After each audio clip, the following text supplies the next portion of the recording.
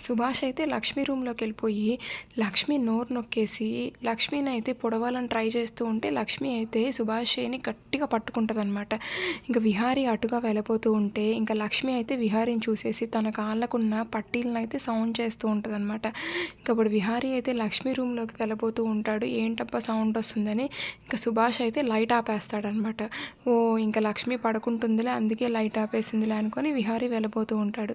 మళ్ళీ ఏం చేస్తదంటే లక్ష్మి అయితే అక్కడున్న పూల కుండీని కిందకి తోసేస్తదనమాట. అంతే ఇంక విహారీకి డౌట్ వస్తదనమాట.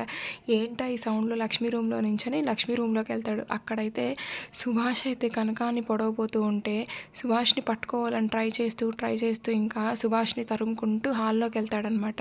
ఇంకక్కడ సుభాష్ మొహంకున్న మాస్క్ తీసేసి షాక్ అవుతాడనమాట. నువ్వా లక్ష్మిని చంపాలని చూసిందనేసి సుభాష్‌ని ఫుల్లుగా కొడుతూ ఉంటాడు. ఇంక ఇంట్లో వాళ్ళందరూ వస్తారనమాట. ఏమైంది విహారీ అని అడుగుతూ ఉంటారు.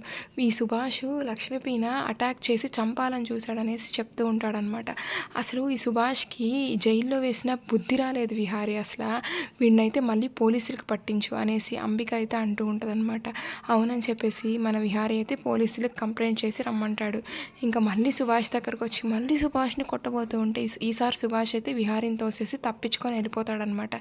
ఇంకా అంబికని అడుగుతూ ఉంటాడు. అత్తయ్య అసలు ఈ సుభాష్‌కి బెయిల్ ఎవరిచ్చారు అనేసి అడుగుతూ ఉంటే, నాకెలా తెలుస్తుంది విహారీ అనేసి అంబిక అంటదనమాట.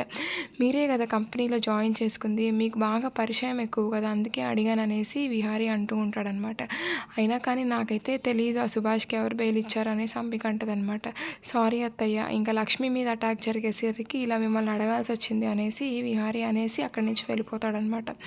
ఇంకా వెంటనే లక్ష్మి దగ్గరికెళ్ళి లక్ష్మిని అయితే ఓదారుస్తూ ఉంటాడు. లక్ష్మి నువ్వు భయపడకు, నేనున్నాను, నీ ప్రాణానికైతే నా ప్రాణం అడ్డేసి నిన్ను కాపాడుకుంటాను అనేసి ఇంకా విహారీ అయితే లక్ష్మికి ధైర్యం చెప్పి అన్నం తీసుకొచ్చి అన్నం తినిపించి లక్ష్మిని అయితే పడుకునేదాకా అక్కడ ఉండి ఇంకా వెళ్ళిపోతాడనమాట.